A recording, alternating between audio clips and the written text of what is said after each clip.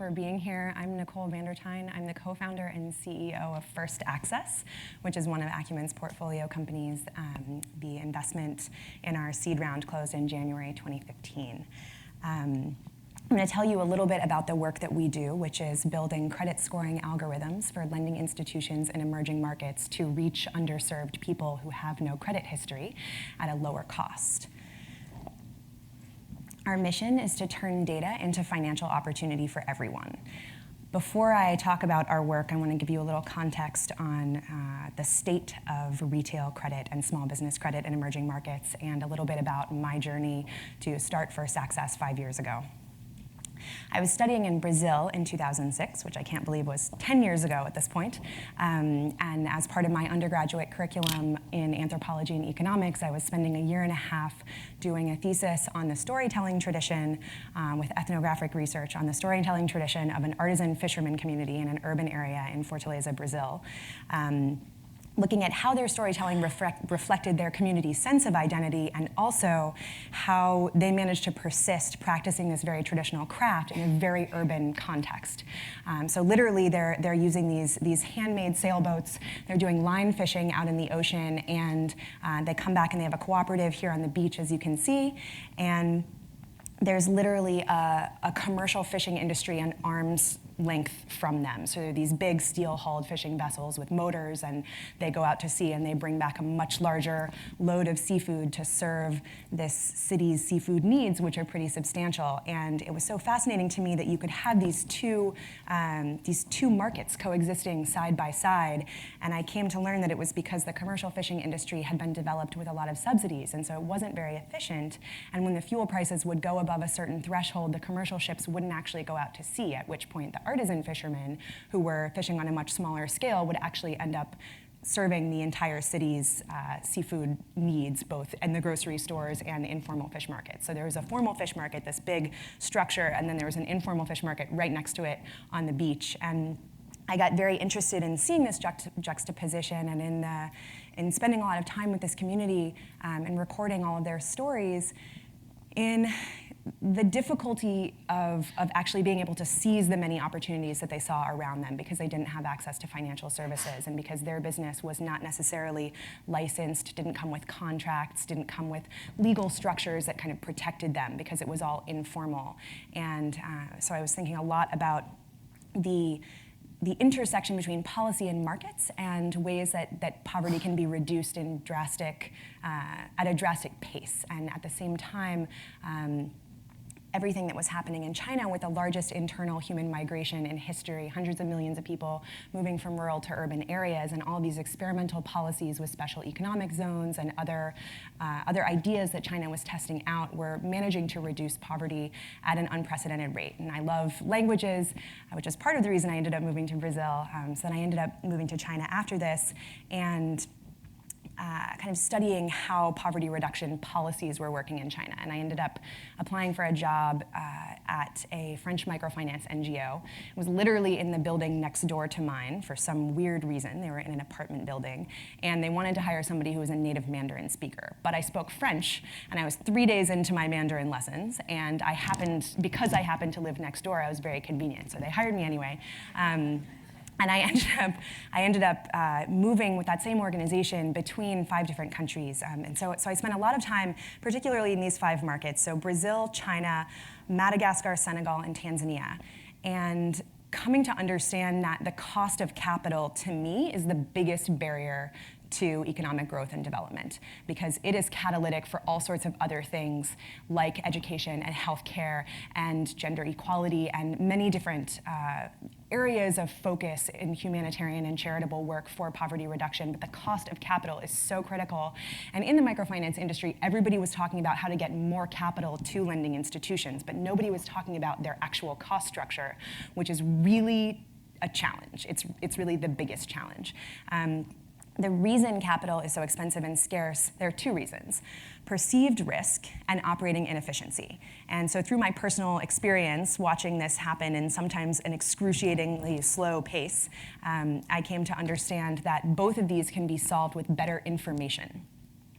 So this is kind of a classic microfinance institution branch. You see a bunch of loan officers and the senior management standing out in front of the branch. They've got balloons on the front because this was opening day. We work with microfinance institutions and also commercial banks that are trying to focus on informal markets and reaching borrowers who have never had access to credit before. These loan officers are responsible for both bringing in new potential customers and evaluating customers, and then administering those loans over time, visiting the customers, building relationships, and making sure that the whole industry keeps going and keeps growing. And it's an entirely relationship-based industry, essentially. So the first thing that happens when somebody applies for a loan is a loan officer gets assigned to them, usually by where the person lives. So they'll be assigned to a village or a neighborhood or some kind of geographic zone. And this was taken when I was following a loan applicant in Senegal to his home, which took about an hour and a half. I had to take a bus to a petrol station with this loan officer, and then we had to meet the borrower there and walk across all these fields and find the person's home. And in the 15-page loan evaluation form that loan officers have to fill out, there's a place for them to draw a map of how to find someone's home. Because if somebody doesn't have an address and you need to go find that person's home again because they're your customer, you have to have some record of it. So we're literally, here's the blue home on the left after the red home, and you turn at the big tree, and all of those details to help remember where it is. And when you get to someone's home as a loan officer, you are looking for a lot of different things at once. You're talking to the loan applicant. Let's say it's a female seamstress, for example. And you want to meet her, you want to meet her husband, you want to see what the relationship between the spouses is. Is it reliable? Is one spouse going to run off with the money if we lend to the other spouse? How many dependents do they have? How many of those are children? What is the value of their assets? Do they have any liabilities? What does it cost to feed and clothe and educate their family and to keep a roof over their heads? And all the while, the loan officer is trying to collect subjective information that is also more qualitative as well. So they're looking discreetly at the photos on the walls or any photo frames on cabinets or dressers to see if the people who are applying for the loan are actually in the pictures, because a lot of people will use someone else's home to use as collateral to get access to credit. There's a lot of misinformation about how you qualify for credit out there. And you also have to count up all their liquidity. So they need to dig up the can in the yard or from under the mattress or wherever they are keeping their cash. In some countries where there's ubiquitous mobile money, you would check how much is in their mobile money account. But you need to get an accounting of all the liquidity that they have to make sure there's enough to make this loan successful. Whatever, let's say the seamstress is applying for a $350 loan for a sewing machine, for example. So you want to make sure that they'll be able to afford that. And then next you go to the business. This is a borrower named Honorine in Madagascar who is a butcher. And I remember she was making around $1.10 per day. She was selling a very small amount of produce that she was raising herself, and poultry as well. And this was another borrower who was a vendor in a market. So these are all, they are all small businesses, but they're generally run just by individuals. This was a wholesale grain seller. This is a small maize processing plant in Tanzania. I had to actually take these pictures as part of my job, so you had to take a picture of the potential customer with their largest asset. So there were also agricultural loans. This woman owned a Renault truck, which she was very, very proud of, understandably. So she was doing shipping. And this was another vendor in a market stall. So when you go to the business, you're also trying to do assets, liabilities, costs, and revenues. And if you're really lucky, there's a cash book. It doesn't happen most of the time, I would say, in my anecdotal experience, but it does happen sometimes. Many people have kind of invented their own accounting system, which can be tricky to decipher. But regardless, the loan officer sits there and goes through all the books and tries to figure out what the cash flows for the business look like. And they're still filling out this 15-page form. This process can take, by the way, multiple days, depending on timing. And so then the loan officer brings back all these forms to the branch, and they sit there and they calculate out the person's debt capacity, and they're trying to figure out how much could we safely lend. And then they take those forms to a credit committee, which is usually them and the branch manager, maybe one other colleague, and they talk about the borrower, and they decide whether they're going to make the loan or not. And if everything goes well, about a week and at least $80 in labor costs later, they would approve, let's say, a $400 loan at 65% interest. So the cost of doing all of this, when you compare it to the loan size, is very, very high. And having experienced this in person, I kept feeling like there had to be a better way. So our big question was, how do you reduce the cost of lending at the last mile? And I want to talk a little bit about the evolution of using data in credit markets for a moment, just to kind of put this all in context. So a lot of these institutions are moving from this manual or slightly systematic version of doing business. That's sort of where they are now, and we're trying to push them into the algorithmic one. So manual would be, you're good at recognizing qualitatively and quantitatively who's going to be a good customer, and you are lending them money, or your own money or somebody else's money, and you start to be able to raise some more capital. Systematic is you've got a number of branches and teams, and you've put your credit policies into a manual, and you're trying to really create a repeatable process across an institution that can grow and reach more customers, and you have products that are beginning to be well designed and have a good product market fit. Algorithmic, what we're trying to push to now, is really making use of data in a much more sophisticated way, but with simple tools, so that you can start automating some of the loan decisions and reduce those costs so that you can grow faster and reach more borrowers. But it's really not until you get to mature markets that you need what is conventionally considered to be a credit score, like a FICO score that's standard across portfolios. The reason you need one that's standard is because there's a secondary market for debt in countries like the United States, where you can buy and sell debt off of a balance sheet.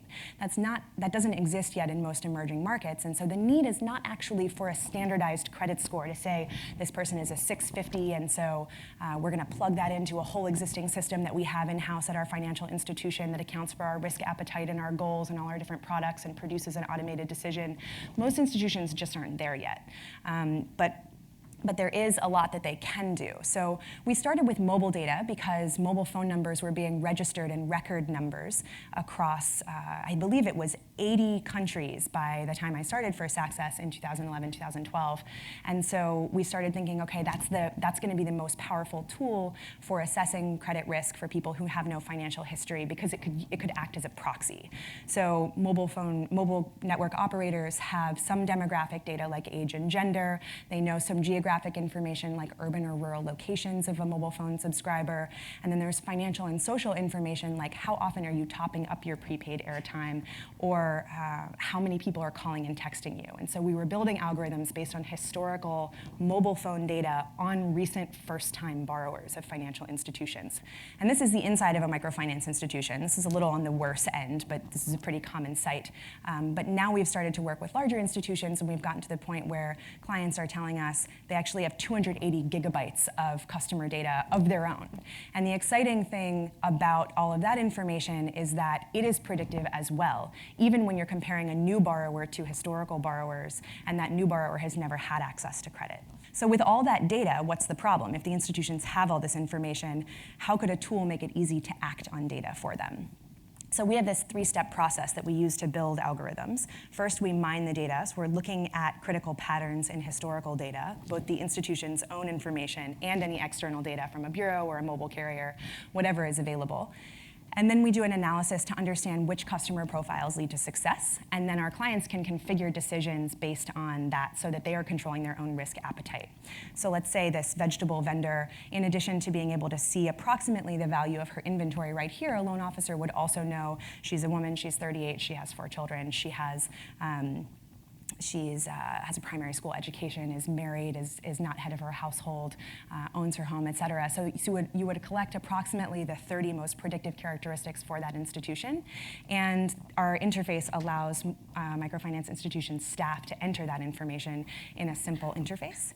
And basically, we can set that loan applicant on a spectrum of risk to understand how likely she is to perform well or not. And we know already from day one, because of historical testing, approximately how accurate the algorithm is for different customer segments. So a client would identify the inflection points here. If, let's say, you were lining up all the borrowers, and they would say, okay, everyone in the blue category is going to get instant acceptance. The green category would get conditional acceptance. Full due diligence would be done by the rest of our staff on some customers, but only the ones we're not sure about. And then those who are very, very high risk would either be denied or assigned to a senior loan officer, or whatever that institution feels comfortable with.